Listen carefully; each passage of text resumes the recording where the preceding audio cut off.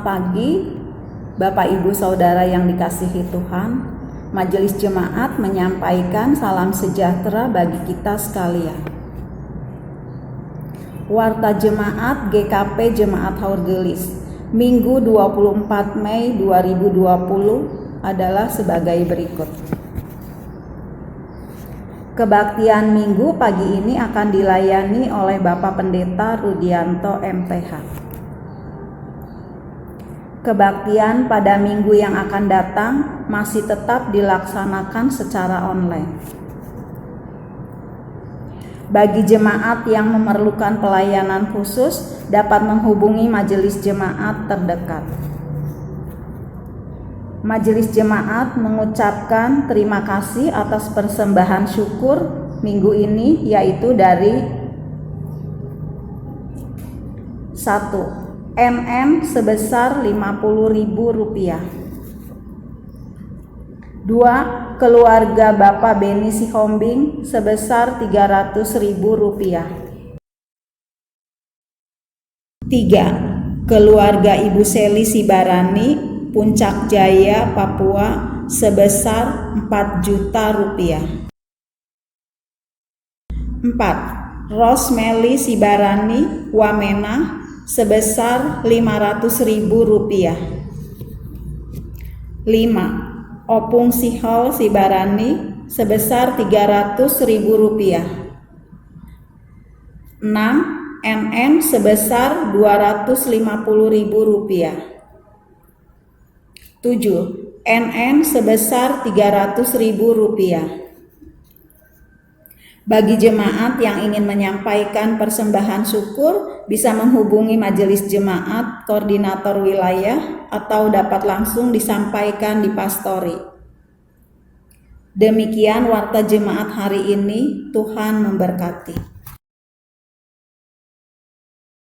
Bapak, Ibu, Saudara, di dalam suka, di dalam duka, Yesus Tuhan adalah teman sejati yang menghibur dan menguatkan.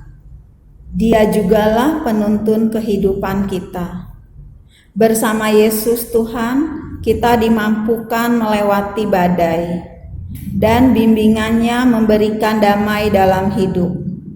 Pelengkap Kidung Jemaat 231, di dalam suka, di dalam duka.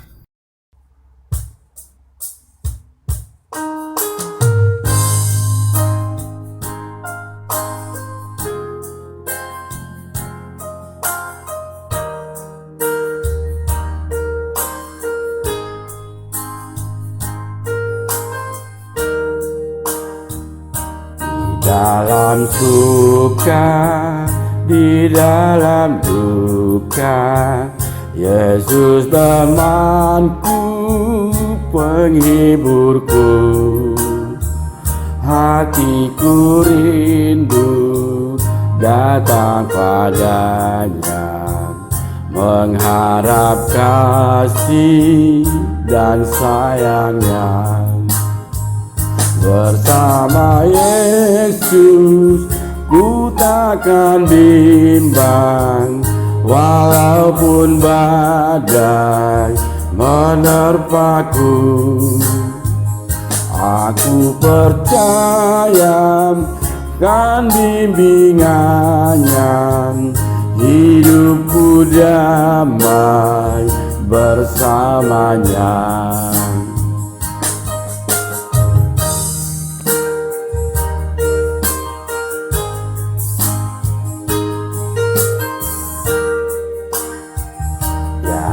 Yang dapat memimpin aku hanyalah Yesus penuntunku.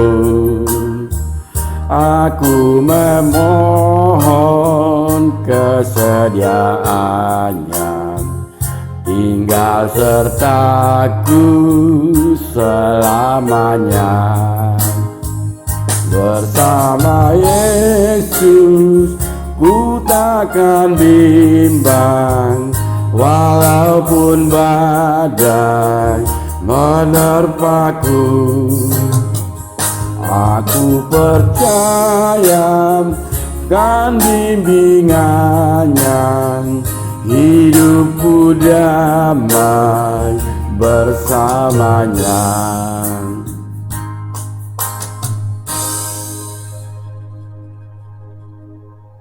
Mari kita berdoa. Bapa yang pengasih, Engkaulah yang menciptakan setiap kami. Engkau menciptakan kami sedemikian rupa sehingga kami tidak akan cukup hanya memakan makanan jasmani semata. Nasi yang mengenyangkan perut kami tidak akan memuaskan kelaparan jiwa kami. Jiwa kami memerlukan firman-Mu, firman yang keluar dari mulut-Mu. Biarlah kami lapar akan firman-Mu, sehingga kami mencari Engkau. Dan biarlah firman-Mu setiap hari mengenyangkan jiwa kami. Biarlah firman yang akan kami dengar saat ini, sungguh masuk ke dalam hati kami dan menyegarkan rohani kami. Di dalam nama Tuhan kami Yesus Kristus, kami naikkan doa kami. Amin. Yohanes 17 ayat 1-11. Demikianlah kata Yesus. Lalu ia menengadah ke langit dan berkata, Bapa, telah tiba saatnya, permuliakanlah anakmu, supaya anakmu mempermuliakan engkau. Sama seperti engkau telah memberikan kepadanya kuasa atas segala yang hidup, demikian pula ia akan memberikan hidup yang kekal kepada semua yang telah engkau berikan kepadanya.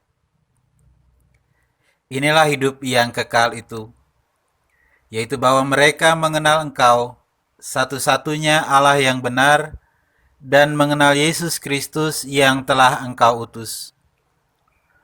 Aku telah mempermuliakan Engkau di bumi dengan jalan menyelesaikan pekerjaan yang Engkau berikan kepadaku untuk melakukannya. Oleh sebab itu ya Bapa, permuliakanlah aku padamu sendiri dengan kemuliaan yang kumiliki di hadirat-Mu sebelum dunia ada. Aku telah menyatakan nama-Mu kepada semua orang yang Kau berikan kepadaku dari dunia. Mereka itu milik-Mu, dan Kau telah memberikan mereka kepadaku, dan mereka telah menuruti firman-Mu. Sekarang mereka tahu bahwa semua yang Kau berikan kepadaku itu berasal daripadamu. Sebab segala firman yang Kau sampaikan kepadaku telah Kusampaikan kepada mereka, dan mereka telah menerimanya. Mereka tahu benar-benar bahwa Aku datang daripadamu, dan mereka percaya bahwa Engkaulah yang telah mengutus Aku. Aku berdoa untuk mereka. Bukan untuk dunia aku berdoa, tetapi untuk mereka yang telah Engkau berikan kepadaku, sebab mereka adalah milik-Mu, dan segala milikku adalah milik-Mu, dan milik-Mu adalah milikku. Dan aku telah dipermuliakan di dalam mereka, dan aku tidak ada lagi di dalam dunia, tetapi mereka masih ada di dalam dunia, dan aku datang kepadamu, ya Bapa yang kudus, peliharalah mereka dalam nama-Mu, yaitu nama-Mu yang telah Engkau berikan kepadaku, supaya mereka menjadi satu, sama seperti kita. Yang berbahagia adalah kita yang mendengarkan firman Tuhan, menerimanya di dalam hati kita, dan melakukannya di dalam kehidupan kita. Haleluya.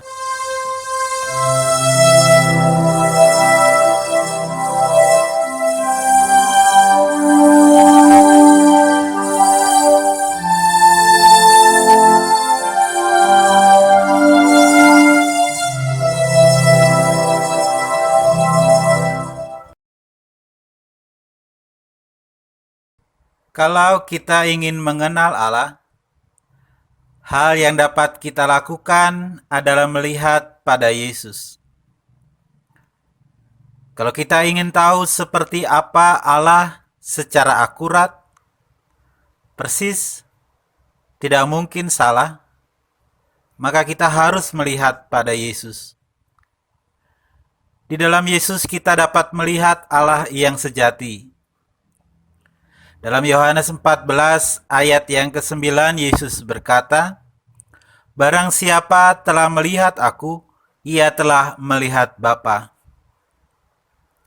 Saat itu Filipus menanyakan hal yang mungkin ingin diketahui oleh semua orang. Kalau memang Allah itu ada, di manakah Dia? Kalau memang Allah berkuasa, mengapa Dia tidak bertindak? Tunjukkanlah Allah itu kepada kami, dan kami akan percaya pada Allah. Yesus lalu menjawab Filipus dengan jawaban tadi. Yesus mungkin agak heran juga, karena dengan semua mujizat yang Filipus lihat di hadapan matanya sendiri, dengan semua keagungan yang Yesus tampakkan di depan murid-muridnya, salah seorang muridnya masih bertanya pada Yesus, "Tunjukkanlah Allah dan saya akan percaya kepadanya." Lalu Yesus berkata kepada Filipus, "Telah sekian lama aku bersama-sama kamu, Filipus, namun engkau tidak mengenal aku. Barang siapa telah melihat aku, ia telah melihat Bapa. Bagaimana engkau berkata, 'Tunjukkanlah Bapa itu kepada kami'?" Saat kita melihat, mengenali, dan percaya bahwa Yesus adalah anak Allah yang datang ke dalam dunia, datang untuk menyelamatkan dunia dari penindasan kuasa dosa, kita diberi kuasa untuk menjadi anak-anak Allah. Yohanes 1 ayat 12, "Semua orang yang menerimanya diberinya kuasa supaya menjadi anak-anak Allah, yaitu mereka yang percaya dalam namanya." Sejak dari semula, manusia adalah gambar dan rupa Allah di dalam dunia ini. Manusia berkuasa atas seluruh ciptaan, dan seluruh ciptaan ada di bawah kuasa manusia. Tetapi saat manusia jatuh di bawah kuasa dosa, manusia kehilangan kemuliaannya sebagai makhluk yang berkuasa atas seluruh ciptaan dan turun statusnya menjadi budak dosa. Tetapi Allah tidak ingin manusia terus menjadi budak dosa. Allah ingin manusia kembali menjadi gambar dan rupa Allah atas seluruh ciptaan, dan bahkan lebih lagi, menjadi anak-anak Allah. Dari makhluk yang tunduk, ada di bawah kuasa dosa, mengikuti keinginan dosa, dengan keinginan-keinginan yang jahat, bangkit kembali, berkuasa, dan bahkan diangkat lebih tinggi lagi menjadi anak-anak Allah. Kepada manusia yang mendengarnya, Yesus menyatakan apa yang akan Dia lakukan kepada manusia. Bagian Alkitab yang kita baca hari ini menyatakan apa yang Yesus lakukan demi manusia. Pertama, Yesus memberikan hidup kekal bagi manusia. Ayat yang kedua, "Sama seperti Engkau telah memberikan kepadanya kuasa atas segala yang hidup, demikian pula Ia akan memberikan hidup yang kekal kepada semua yang telah Engkau berikan kepadanya." Apakah itu hidup kekal? Ayat yang ketiga, "Inilah hidup yang kekal itu, yaitu bahwa mereka mengenal Engkau, satu-satunya Allah yang benar, dan mengenal Yesus Kristus yang telah Engkau utus." Hidup kekal adalah ada dalam hubungan, memiliki pengenalan, memiliki kesadaran akan Allah dan akan Yesus Kristus. Selama kita ada dalam hubungan dengan Yesus, kita memiliki hidup.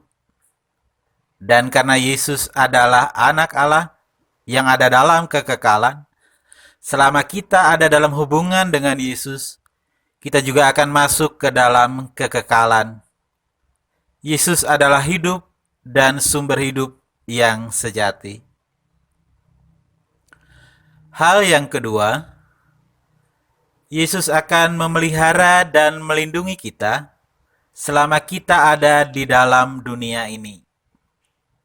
di ayat yang ke-11. Dan aku tidak ada lagi di dalam dunia, tetapi mereka masih ada di dalam dunia.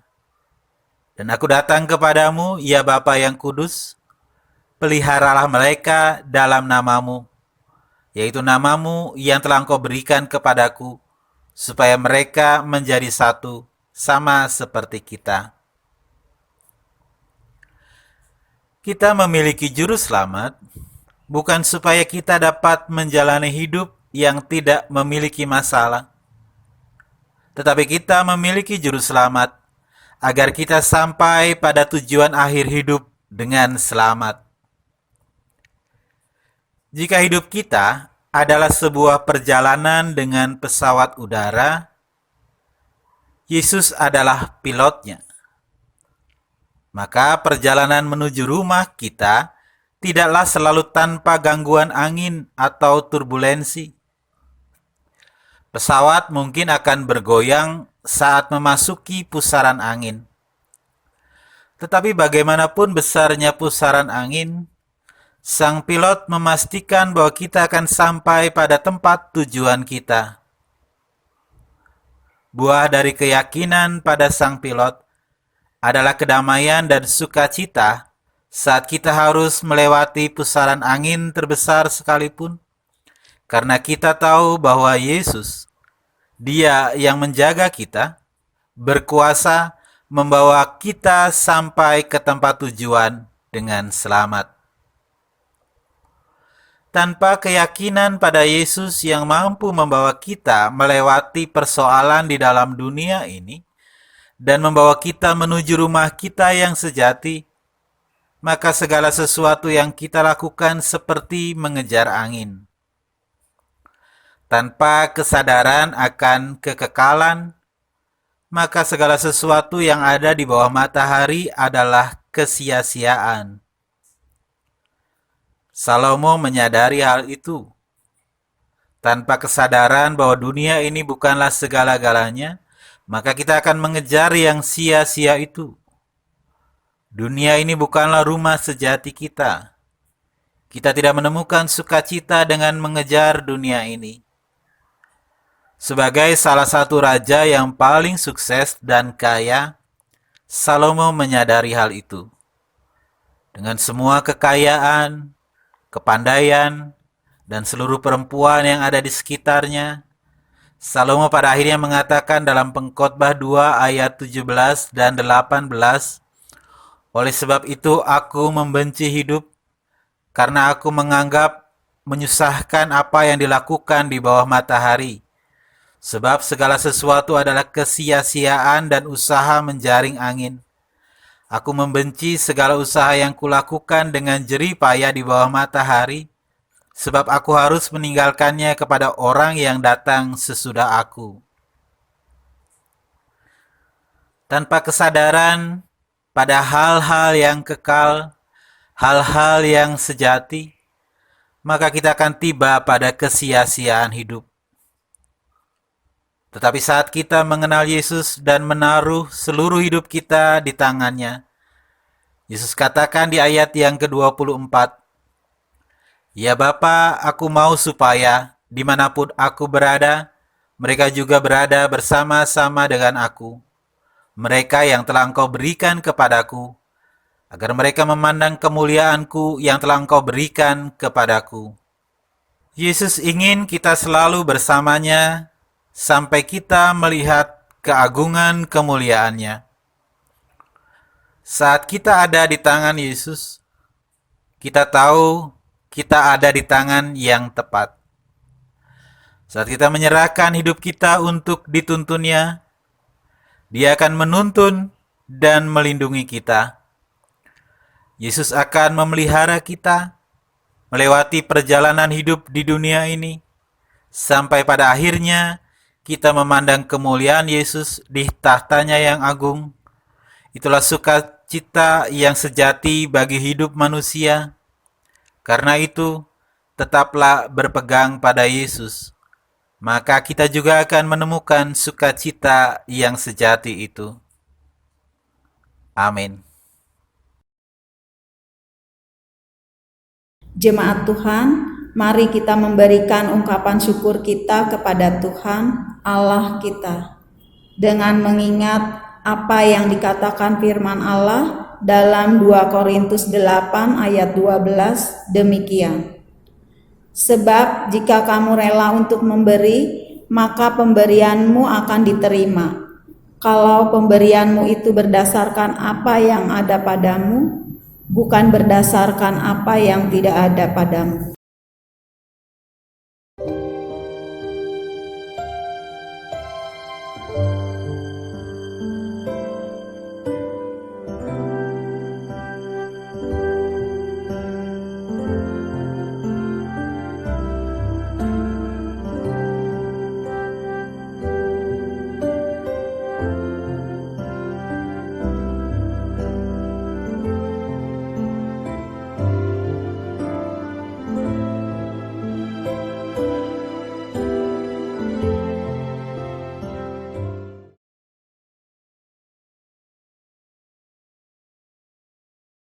Bapak, Ibu, Saudara, mari kita bawa persembahan syukur kita ke dalam doa. Mari kita berdoa. Ya Tuhan, terimalah ungkapan syukur kami ini. Persembahan ini kami himpun dengan sukacita dan ketulusan, dengan menyadari bahwa Tuhan telah memberikan segala yang terbaik di dalam kehidupan kami. Kiranya kami pun terus belajar mengingat sesama yang lemah, agar kami menopang dan menguatkan mereka melalui karya cinta kasih yang Kau teladankan. Di dalam nama Yesus Kristus, kami naikkan doa kami ini. Amin. Mari kita berdoa. Bapa yang Maha Kuasa, kami menyadari bahwa seringkali kami tetap hidup di dalam keraguan dan ketakutan. Kami terikat pada cara hidup yang membawa kami kepada kematian. Kami mengabaikan orang-orang yang membutuhkan yang ada di sekitar kami. Kami hanya berlalu saat yang berduka membutuhkan penghiburan kami. Kami tidak mau mendengar seruan orang yang tertindas yang membutuhkan pertolongan kami. Ampunilah kami ya Bapa yang pengampun. Ajarlah kami sehingga kami hanya mengandalkan kuasa-Mu saja dalam hidup kami, sehingga oleh kuasa-Mu hidup kami berubah dan diperbaharui. Bapa yang kekal dan yang terus diagungkan, penguasa langit dan bumi, kami mengagungkan kebesaran kemuliaan-Mu. Hikmat-Mu nyata dalam semua ciptaan-Mu. Kasih karunia dan kebenaran-Mu nyata dalam Yesus Kristus, Putra-Mu. Kuasa-Mu dan kehadiran-Mu nampak dalam Roh Kudus. Karena itu kami memuji nama-Mu yang kudus. Ya Bapa, Putra-Mu Yesus Kristus berdoa untuk murid-murid-Nya dan mengutus mereka ke dalam dunia untuk mewartakan kedatangan kerajaan-Mu di dunia ini. Kami berdoa untuk gereja-Mu. Biarlah oleh persekutuan Roh Kudus, gereja-Mu ada dalam persatuan dan berpegang teguh pada firman-Mu, sehingga kami semua menjadi satu di dalam Kristus. Berilah kami iman supaya kami percaya pada apa yang Yesus katakan, bahwa Yesus menyertai kami senantiasa sampai kepada akhir zaman. Bapa yang Maha Kuasa, kami berdoa untuk bangsa kami. Hanya Engkaulah harapan kami, Engkaulah pertolongan kami saat bangsa kami berada dalam kesulitan. Tolonglah kami di tengah segala perbedaan yang ada, sehingga tidak ada saling kebencian. Janganlah juga kekuasaan pemerintahan digunakan tanpa belas kasihan kepada penduduknya. Ya Bapa, kiranya hanya kehendak-Mu yang menuntun keinginan manusia, sehingga kami dapat hidup dalam damai di tengah segala persoalan yang ada. Berikanlah damai-Mu bagi bangsa kami. Di dalam nama Tuhan kami Yesus Kristus, Sang Raja Damai dan Juru Selamat dunia, kami naikkan doa kami. Amin.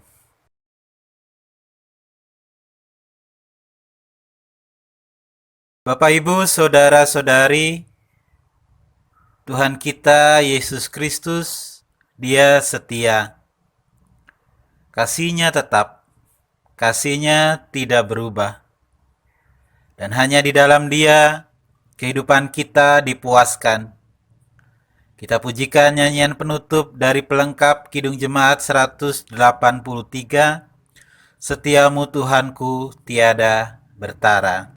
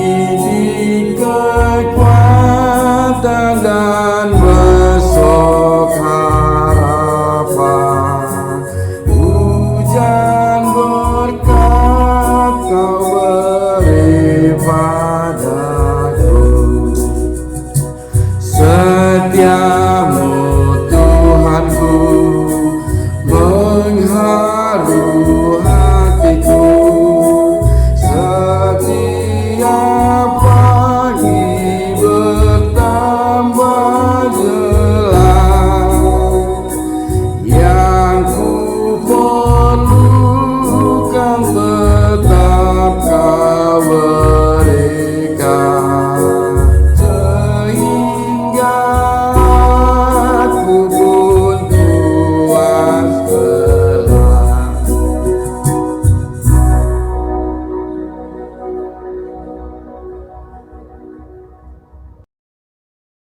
Bapak, Ibu, saudara-saudari, Yesus ingin kita selalu bersamanya sampai kita melihat seluruh kemuliaannya. Karena itulah sukacita yang sejati bagi hidup manusia.